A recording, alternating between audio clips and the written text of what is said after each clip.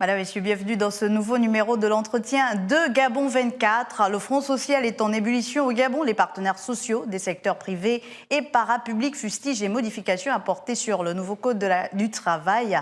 Ils menacent d'ailleurs d'entrer en grève et si l'administration ne revoit pas les articles contestés. Pour en parler avec moi sur ce plateau, Madeleine Baird, ministre du Travail chargée du dialogue social. Madame le ministre, bienvenue sur ce plateau de Gabon 24. Alors pour commencer, déjà, quels sont les articles contestés et pourquoi aujourd'hui on assiste à cette montée des partenaires sociaux? Au préalable, je voudrais quand même rappeler le contexte dans lequel on a travaillé dans l'élaboration de cette réforme. Allez-y. Il s'agit d'une réforme qui est initiée par le gouvernement depuis 2014 et qui a fait l'objet de plusieurs phases de concertation et qui, en 2019, a été ressortie du Conseil d'État afin de revoir si les dispositions du Code tel qu'il avait été initié correspondaient aux enjeux de la diversification de l'économie. Nous avons donc travaillé sur une relecture et une injonction d'articles qui ont été soumis ensuite. Cette mouture de projet a été soumise à une concertation avec les partenaires sociaux du 19 au 25 août dernier, à la suite desquelles nous avons reçu les contributions de chaque partie. Nous avons travaillé pour mettre à jour cette version et ensuite nous avons, dès le mois d'octobre 2019, soumis cette fois-ci à l'examen du gouvernement, parce qu'il faut bien que le gouvernement également formule ses observations, étant précisé que la rédaction de ce code est partie de l'ancienne version de 2014. Donc nous avons donc présenté cette version amendée des contributions des travailleurs et du patronat, dans la mesure où le gouvernement a souhaité qu'il soit identifié clairement quelles étaient les contributions de chacune des parties. À la suite de ça, nous avons eu une première séance de travail au cours de laquelle le dossier a été examiné et il y a une deuxième étape qui est actuellement en cours, qui n'est pas encore achevée. Donc, je tiens à rassurer l'ensemble des partenaires sociaux sur le fait que la réforme qui est aujourd'hui querellée n'est qu'un projet. Et de manière tout à fait transparente, nous avons associé les partenaires sociaux. Est-ce que ces partenaires sociaux du privé et du parapublic avaient pris part à ces discussions d'août dernier? Bien sûr. Vous savez que nous avons 17 confédérations syndicales de travailleurs. Nous avons pris les confédérations syndicales de travailleurs du secteur privé, étant précisé qu'en ce qui concerne la fonction publique, nous avons pris les syndicats de travailleurs du secteur public. Nous avons travaillé avec eux en toute transparence. Ils ont communiqué le document, il a été signé et nous l'avons effectivement pris en compte. Bien évidemment, nous n'avons pas été encore au bout des contributions de tout le monde, puisque le Code du travail est un outil juridique qui implique obligatoirement une concertation. Cette concertation, le gouvernement n'a pas eu besoin d'avoir une menace de grève pour la faire, puisque nous avons fait cette concertation en août. Donc, nous souhaitons rassurer les partenaires sociaux sur le fait que la phase actuelle est encore une phase d'analyse, puisque cette concertation implique 3 parties. Oui. L'État, le patronat et les partenaires sociaux. Et voilà. Madame le ministre, il y a quand même certains articles qui sont revenus lorsque nous écoutons les partenaires sociaux. Est-ce que les 10 articles après l'analyse faite par le gouvernement pourraient être modifiés, encore une fois, dans une sorte de discussion entre l'administration et les partenaires sociaux? D'ailleurs, premièrement, les fameux articles querellés sont lesquels? À ce jour, nous avons reçu la contribution des travailleurs. Je tiens quand même à préciser que les articles querellés sont lesquels? Il y a par exemple l'article, je crois, l'article 13, où les travailleurs fustigent le fait que les acquis sociaux des travailleurs peuvent être mis en cause par l'employeur en cas de difficultés économiques, c'est-à-dire on peut arriver à un licenciement abusif de ces travailleurs-là. Je vais vous donner le sens de cet article. Il se trouve que dans la pratique, en cas de licenciement motif économique, vous avez l'obligation de reconvertir ou de maintenir les emplois. Il arrive que face à une difficulté financière, l'entreprise n'a plus la trésorerie suffisante pour garantir le salaire. L'une des options qui est prévue à travers cet article était de prévoir que l'employeur et le travailleur, dans un cadre bien circonscrit de difficultés économiques, puissent proposer, au lieu d'un licenciement sec, le maintien du travailleur, mais avec une réduction de son salaire. c'est limité dans le temps que la difficulté financière se résorbe. Donc, on ne voit pas en quoi on a cherché à maintenir les emplois. Dans tous les cas, ce n'était qu'une proposition. Il ne s'agit pas de revenir sur les acquis de l'ensemble des travailleurs. Il s'agit de dire que dans le cadre d'une procédure de motif économique où j'ai une difficulté, au lieu de licencier de manière sèche, je prévois la possibilité de maintenir certains emplois avec soit une réduction de temps de travail. On va passer d'un temps de travail de 8 heures par jour à un temps de travail de 4 heures par jour, qui va être accompagné effectivement d'une réduction du salaire. Le salaire étant un élément substantiel du contrat de travail, il fallait qu'il soit prévu cette possibilité-là. Ça, c'est la première chose. La deuxième chose, c'est que le Code du travail actuel, qu'est-ce qu'il apporte? Il faut d'abord qu'on sache ce qu'il apporte. Peut-être le dire. Qu'est-ce qu'il apporte concrètement, surtout pour le travailleur? Il apporte justement des nouvelles formes contractuelles. L'ancien code actuel, le code actuel, qui est toujours en vigueur, n'a que 4 formes de contrat. Le contrat à durée indéterminée, le contrat à durée indéterminée, et le journalier et l'hebdomadaire. En dehors de ces formes contractuelles, vous ne l'aviez pas. Nous avons essayé d'innover en adaptant les situations contractuelles rencontrées sur le marché de l'emploi. Et vous avez le contrat saisonnier, qui bénéficie aujourd'hui d'un cadre et d'un statut, qui sécurise son emploi, qui lui permet d'avoir non pas cette précarisation de toujours être volant à travers les saisons, mais de pouvoir être reconnu juridiquement avec un contrat type. Nous avons le contrat intermittent, qui permet, notamment dans les métiers du sport ou de la culture, de pouvoir capitaliser à la fois son statut sur une période non travaillée ou travaillée. Nous avons le contrat à temps partiel. Nous avons codifié le contrat à temps partiel. Nous avons également codifié le contrat d'intérim, justement, qui est aujourd'hui le contrat le plus querellé à travers ce que les travailleurs disent, la mise à disposition de personnel. Nous avons limité le recours à cette forme contractuelle. Nous avons limité la durée du contrat de travail à 2 ans maximum, alors qu'avant elle était à 4 ans. Nous avons renforcé les droits du travailleur journalier et hebdomadaire, qui étaient précaires, en leur conférant un statut juridique qui leur donne accès à la CNSS et à la CNAPJS. Ça, c'est ce que le Code du travail apporte, mais pas que. Mais il y a aussi le contrat à durée déterminée, Madame le ministre, qui aujourd'hui serait à renouveler autant de fois pour l'employeur. Nous avons supprimé, justement. Peut-être éclairer le travailleur à ce niveau qui, déjà, cette question du contrat à durée déterminée fâchait à une certaine époque, puisqu'on connaît certaines entreprises qui, je n'ai pas envie de dire utilisent, mais qui renouvellent de façon quasiment pendant 5 ans. Une personne travaille dans une entreprise, mais elle n'est qu'en CDD. Est-ce que le nouveau Code du travail vient réguler cela, vient encadrer, vient permettre à l'employeur gabonais finalement de voir son contrat à durée déterminée être renouvelé que 2 fois et pas ça à durée indéterminée? Nous avons justement la réponse. Le contrat saisonnier, c'est bien pour encadrer ça. Le contrat intermittent, c'est bien pour encadrer tout ça. Le contrat à durée déterminée est limité aujourd'hui. Vous n'avez plus la possibilité d'aller au-delà d'une période maximale de 2 ans. C'est justement pour donner. Pourquoi l'employeur avait recours à cette forme de contrat à durée déterminée? Parce que justement, il n'y en avait pas d'autre. Là, nous avons justement créé les différents cadres qui permettent de renforcer les droits du travailleur. C'est là justement l'enjeu. Et nous avons également innové parce qu'aujourd'hui, par exemple, dans le domaine de l'employabilité, vous conviendrez avec moi que le code actuel ne prévoit qu'une forme d'apprentissage aujourd'hui, celle qui est la plus classique possible. Aujourd'hui, avec le nouveau Code du travail, nous avons intégré plusieurs formes d'embauche en apprentissage. Soit nouvelle jeunesse, ce qui va codifier le contrat d'apprentissage jeunesse, et nous avons également le contrat insertion professionnelle qui va viser le jeune qui n'a pas le niveau pour pouvoir avoir, qui a diplômé, mais qui veut intégrer une entreprise. Il a Bac+5, il veut intégrer une entreprise, et là, il va avoir une forme de contrat d'insertion professionnelle parce qu'il a à la fois à l'école et il a à la fois en entreprise. Donc, toutes ces formes-là qui n'existaient pas aujourd'hui, on parlait uniquement que de stage. Le Code du travail ne régule que le stage. Mais là, on a donné plusieurs formes au stage. L'étudiant qui est en alternance, qui travaille le matin dans une entreprise et qui travaille et qui apprend, il lui faut un contrat. On lui a prévu ce contrat-là. L'élève qui est en école de formation professionnelle, qui a 25% de formation théorique et 75% de formation pratique, on lui a prévu son contrat. Le jeune qui est licencié, qui ne se retrouve sur le chômage parce qu'il n'est plus dans le secteur, il a la possibilité de bénéficier d'un contrat d'insertion et de reconversion professionnelle qui n'existait pas.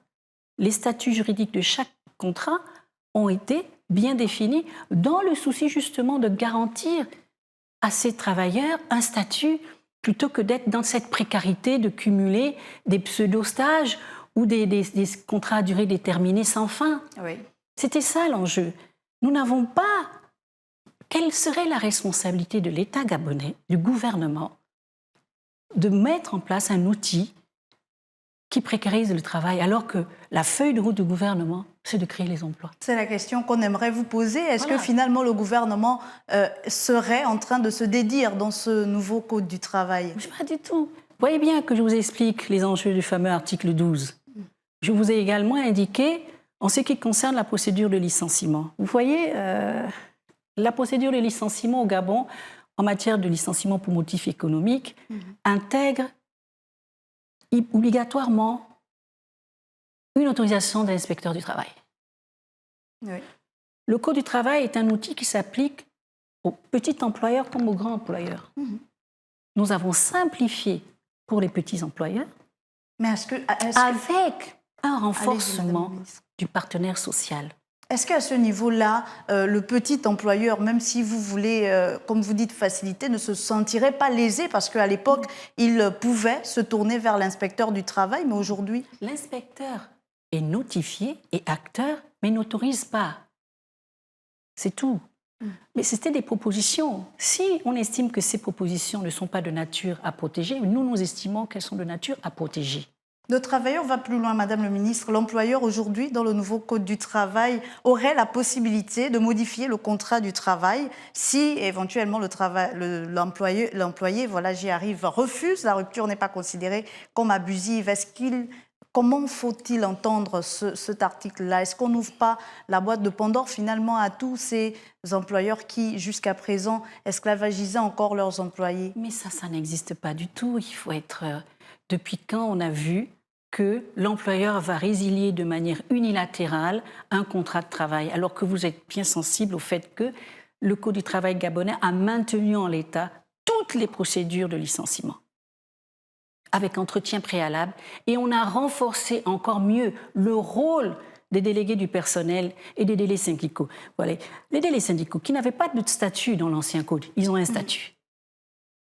Ils ont un statut dans le nouveau code. Justement parce que nous avons pensé qu'il fallait mettre le dialogue et il fallait donner du poids aux partenaires sociaux. Lorsque nous entendons que la nouvelle réforme du Code du travail précarise et retire à l'inspecteur son droit, mais bien au contraire, les travailleurs pensent qu'il faut retirer le pouvoir de conciliation à l'inspecteur du travail. Nous estimons que l'inspecteur du travail doit au contraire être le garant du contrôle de l'application de la norme du travail. Bien au contraire, ce n'est pas le tribunal qui est le mieux placé. Celui qui est le mieux placé, c'est l'inspecteur du travail. Et nous avons renforcé les droits de l'inspecteur du travail dans ce domaine-là. Voyez-vous, par exemple, en matière de congés techniques, l'ancienne loi ne permettait pas une limitation dans le temps du congé technique. La nouvelle loi, et sur proposition du gouvernement, a limité le congé technique maximum à 6 mois, en prévoyant le principe d'une allocation de congé technique qui n'existait pas avant. Donc, nous avons du mal à comprendre pourquoi certains responsables syndicaux mettent du feu sur la poudre. Voilà, alors que nous avons justement l'ambition de sécuriser. Nous avons renforcé les responsabilités du partenaire social. Nous avons intégré le dialogue social comme outil de communication au sein du Code du travail qui n'existait pas avant. Nous avons codifié la concertation qui n'existait pas avant. Peut-être une façon de rassurer, Madame le ministre, que dire à cet employé qui vous regarde actuellement, à cet employé, à ce travailleur gabonais qui travaille certainement dans une exploitation forestière et qui a déjà renouvelé son contrat à durée déterminée à plus de 2 reprises. Quelle assurance donner à ce Gabonais qui évolue dans le secteur pétrolier, la peur au ventre en raison des cours qui peuvent fluctuer encore et qui pourraient être peut-être, j'ai envie de dire, licenciés de façon économique, pour des raisons économiques. Que dire finalement à tous ces travailleurs qui ont regardé les syndicalistes s'exprimer et qui aujourd'hui ont peur de ce nouveau code du travail? Comment les rassurer aujourd'hui? Moi, la seule chose qu'on peut dire aux travailleurs, c'est d'être serein. Le gouvernement est responsable. La mouture du code du travail a été soumise à l'examen des travailleurs et des employeurs. Nous avons recueilli leurs contributions. Nous n'avons même pas encore eu le temps d'intégrer ces résolutions qu'il y a de l'agitation. Nous ferons des communications précises, fines, sur l'intérêt qu'ils ont à travers ce code du travail. Bien au contraire, je vous l'ai démontré, ce code du travail est venu renforcer le cadre contractuel de ces travailleurs qui n'existait pas avant. Je peux vous assurer que cela n'existait pas avant. Nous avons fait l'effort justement de renforcer plusieurs formes contractuelles pour permettre justement à offrir d'adapter plusieurs situations. Vous voyez par exemple le contrat d'apprentissage jeunesse qui est une réussite dans notre pays, qui permet justement à un jeune d'avoir une immersion professionnelle jusqu'à l'âge de 25 ans. C'est un succès. Il est accepté par tout le monde y profite, en profite, parce que de toute façon, l'intérêt de l'employabilité, c'est l'immersion dans l'environnement du travail. Lorsque vous n'aviez que le CDD ou le CDI ou le journalier ou l'hebdomadaire, quelle forme contractuelle on offrait aux employeurs? Alors que le contrat d'apprentissage jeunesse, qui résulte d'un décret qui aujourd'hui est codifié avec plusieurs variantes, va permettre justement de garantir l'employabilité de chaque forme de travailleur, chaque type de travailleur. Moi, je tiens à rassurer les partenaires sociaux sur le fait qu'une réforme de cette nature est un enjeu pour notre gouvernement. Ce n'est pas un outil que nous devons prendre à la légère, c'est un outil important. Il ne saurait en aucun cas être imposé, puisque de toute façon, de manière tout à fait sereine, nous avons fait participer nos partenaires à ce débat. Je pense qu'il faut aussi que nous ayons le souci d'un dialogue social constructif et responsable. Nous avons, de manière transparente, invité les partenaires à la table. Nous leur avons donné la clé USB, le support en toute transparence. Nous n'avons même pas le temps de terminer ce travail, de le produire, de le faire valider par le gouvernement parce qu'il y a les contributions de la partie État. La partie État, ce n'est pas uniquement le ministère. Il faut que je partage la réforme. À partir de l'instant où la réforme deviendra définitive, elle sera resoumise à la concertation avec identification. C'est le travail que nous avons fait avec un tableau comparatif des différents des articles qui ont été amendés, les innovations qui ont été apportées. Et nous allons justement après rediscuter avec nos partenaires pour son adoption. C'est un outil qui s'adapte aux enjeux du développement de notre pays, à la diversification. Nous ne pouvons pas rester sans moderniser le coût du travail.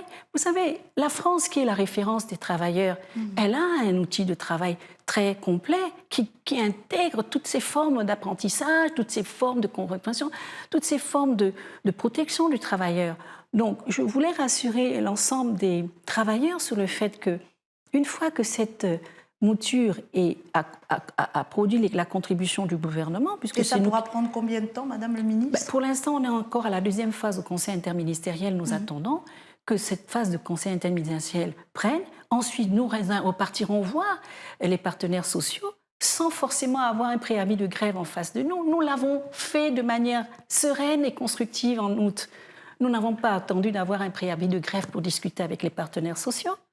Nous l'avons fait de manière constructive. Une fois qu'on a fait cette étape-là, c'est ensuite qu'il sera adopté. Il est transmis au Conseil d'État. Ensuite, il passe dans la table du gouvernement. Et ensuite, il est adopté par le Parlement. Le gouvernement, le Conseil des ministres d'abord. Oui. Et ensuite, après, il passe au Parlement. Vous voyez un peu l'étape? Ce n'est pas une réforme que nous devons prendre à la légère. Nous ne pouvons pas, un gouvernement responsable ne peut pas prendre l'initiative de prendre à la légère un outil aussi d'importance qui participe de l'attractivité d'un pays.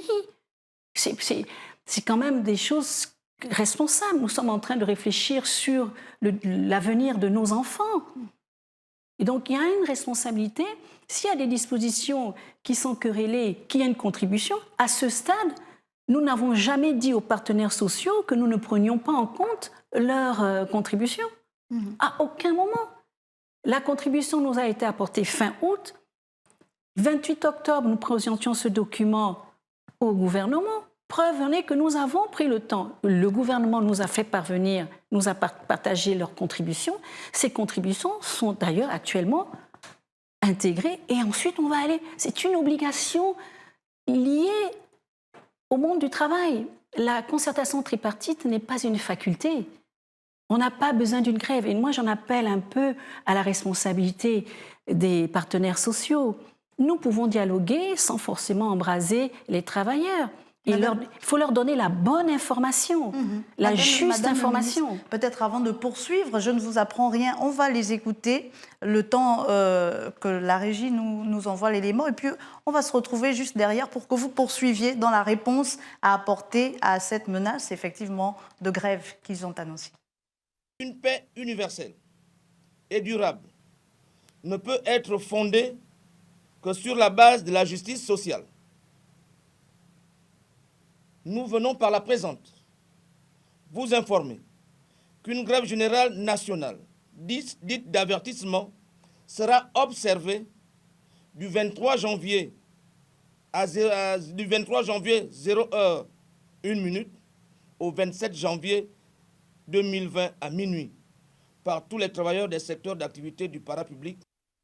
Madame le ministre, vous venez d'écouter, vous étiez en train d'apporter une réponse, mais peut-être revenir sur la réponse du gouvernement face à cette menace de grève, parce que si éventuellement les partenaires sociaux arrivaient à exécuter cette menace, à rentrer en grève, c'est toute l'économie du pays qui serait paralysée. De toute façon, nous avons rencontré l'ensemble des partenaires sociaux vendredi après-midi. Et qu'est-ce qui ressort de cette rencontre?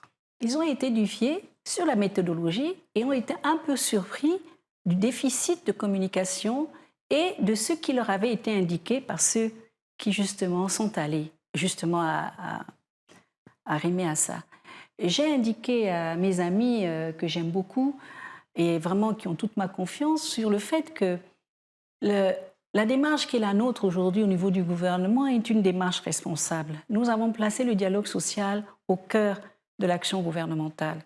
Donc, nous les avons rassurés sur la méthodologie. J'ai indiqué de manière claire les enjeux. J'ai été transparente en leur exprimant comment nous avions fait ce travail de fond qui nous a pris pratiquement toute l'année 2019. Nous avons pris le soin de relire, de faire les choses minutieusement, parce que nous avons une obligation de résultat en termes de création d'emplois. Je leur ai indiqué ce qu'on avait fait, ce qu'on a apporté. J'aurais tant aimé que les partenaires sociaux puissent exprimer de manière claire les articles qui sont esclavagistes. Et voilà, j'aurais tant aimé que les partenaires disent sur l'ensemble, voilà ce qui a été apporté, etc. Parce que quand on a effectivement recueilli les contributions, on s'est rendu compte que bon, peut-être qu'on veut... Ça ne sert à rien. On n'a pas fait une semaine de concertation juste pour remplir une case. L'intérêt du succès d'une réforme, c'est qu'elle soit partagée par tout le monde. C'est pas aller au...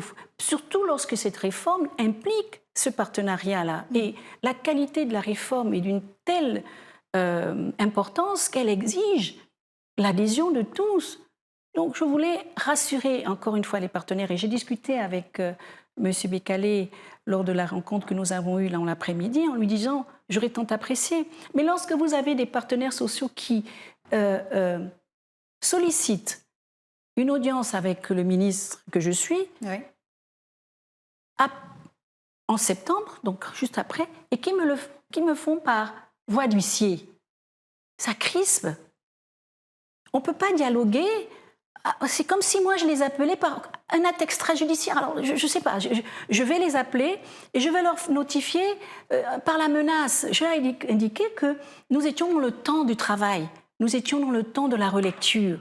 Et Dieu seul sait combien de fois cette réforme nous a... Parce qu'il a fallu être transparent, il a fallu faire le tableau comparatif en indiquant de manière claire, en surligné jaune, toutes les modifications et les amendements qui ont été apportés. Donc, il faut avoir...